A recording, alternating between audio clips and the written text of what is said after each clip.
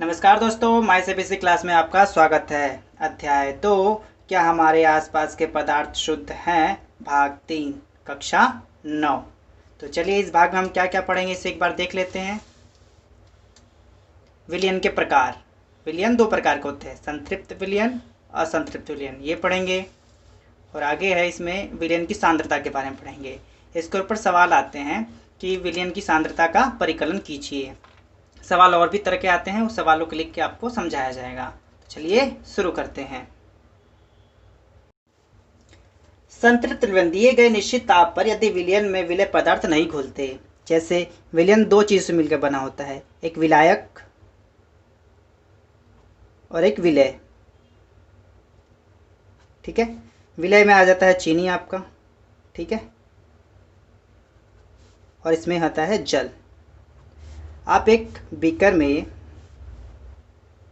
ठीक है, चीनी के कुछ ठोस दाने होते हैं और जल के आप इसमें बीकर मिलाते हैं तो ये आसानी से मिल जाता है। लेकिन धीरे धीरे चीनी की मात्रा बढ़ाते चले जाते हैं, चीनी की मात्रा बढ़ाते चले जाते हैं, चीनी की मात्रा बढ़ाते चले जाते हैं और नीचे इसके तापमान भी बढ़ाते हैं। ठीक है, और एक ऐसे निश्चित तापमान बढ़ाते रहते हैं कि बाद में क्या होता है, जो चीनी की मात्रा होती है बढ़ाने की वजह से इसमें चीनी फिर नहीं घुलता। ठीक है, ऐसी स्थिति आती है जब इसमें चीनी नहीं घुलता। इसी प्रकार के विलयन को ही संतृप्त विलयन कहते हैं। असंतृप्त विलयन।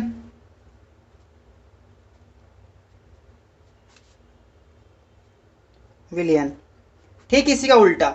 जब तक, ठीक है, जब तक हम पदार्थ को दो जल प्लस चीनी जब तक मिलाते हैं, जल में चीनी को, विलय को, जब तक विलय होता रहता है चीनी का पानी के अंदर, ठीक है, ऐसी स्थिति आपकी असंतृप्त विलयन कहलाती है। जैसे ही चीनी पानी में नहीं घुलेगी कहते हैं, जिसमें घुलना चीनी बंद हो जाएगी, ऐसे विलयन को संतृप्त विलयन कहते हैं। संतृप्त विलयन इसे लिखेंगे कैसे, एक बार देखते हैं। यहां से इसे रोक के यहां से आप लिख ले लीजिएगा। हम आगे बढ़ते हैं अपने क्वेश्चन पे। अब आती है विलयन की सांद्रता।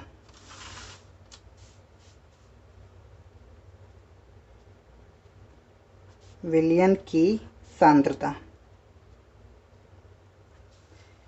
विलयन की सांद्रता है एक निश्चित तापमान पर विलय के मात्रा में घुलने वाले,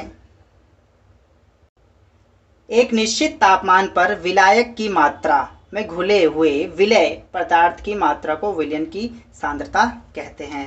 जैसे कि आपको पता है विलयन में दो चीज होते हैं, विलायक और विलय। विलायक में घुले हुए विलय पदार्थ की मात्रा को ही, विलायक में घुले हुए विलय की मात्रा को ही विलयन की सांद्रता कहते हैं। ठीक,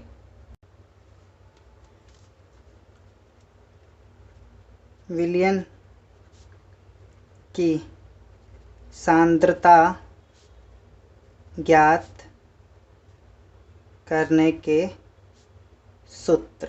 ठीक है, विलयन की मात्रा को ज्ञात करने के कुछ सूत्र भी होते हैं जिसे हम देखते हैं पहले। अब सीधे हम इसे नोट्स में देखते हैं तीनों फॉर्मूलों को आप। ठीक है,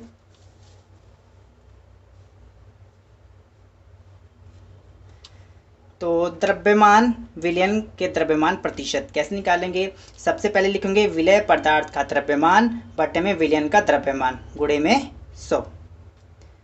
दूसरा सूत्र है इसका द्रव्यमान या विलयन के आयतन प्रतिशत। ठीक है, पहले विलय या पदार्थ का द्रव्यमान बटे में विलयन का आयतन गुणे में 100। तीसरा है विलयन के आयतन या आयतन प्रतिशत के हिसाब से, विलयन का आयतन बटे में और गुणे में 100। ठीक, फॉर्मूला समझने पे भी टाइम लगेगा। ठीक है, सीधे हम सवाल पे चलते हैं तो उसे फिर इसमें से आसानी समझ में आएगा। एक विलयन के 320 ग्राम विलायक जल में 40 ग्राम साधारण नमक विलय है, विलयन की सांद्रता का परिकलन कीजिए। ठीक है, ये आपका बुक का क्वेश्चन है, इसे हम सॉल्व करते हैं, देखते हैं कैसे आता है आंसर। इसमें विलय नमक था, ठीक है, द्रव्यमान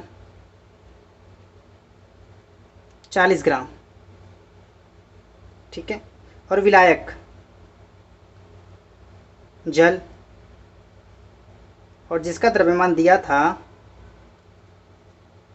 320 ग्राम। इसका आपको क्या है, विलयन की सांद्रता ज्ञात करनी थी। पहले विलयन का द्रव्यमान कितना है, विलयन का द्रव्यमान, तो विलयन का द्रव्यमान दोनों को मिला के होगा, विलय प्लस विलायक, ठीक है। विलय कितना है 40 और विलायक कितना है 320 ग्राम, दोनों को ऐड करेंगे तो 360 ग्राम, ठीक है। अब हम आते हैं अपने फॉर्मूले जो आपको अपने दिखाया था। पहले वाले फॉर्मूले से लिखेंगे। सबसे पहले विलय पदार्थ का द्रव्यमान बटे में विलयन का द्रव्यमान गुणे में 100। तो यहाँ पे आपको दिखाई दे ही रहा होगा। पहले ऊपर लिखेंगे हम विलय का द्रव्यमान, फिर विलयन का द्रव्यमान और गुणे में 100। तो चलिए पेज पलट के लगाते हैं सवाल को। विलयन का द्रव्यमान प्रतिशत,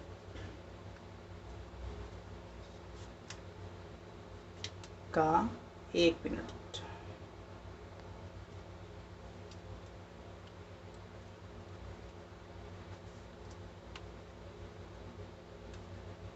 शत बराबर विलय का द्रव्यमान,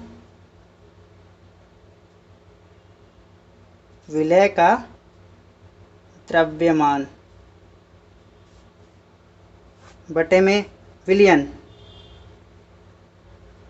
विलयन का द्रव्यमान गुणे में 100, ठीक है। अभी हमने निकाला था विलय का द्रव्यमान कितना था 40 ग्राम और विलयन क्या था 360 मल्टीप्लाई बाई 100, ठीक है।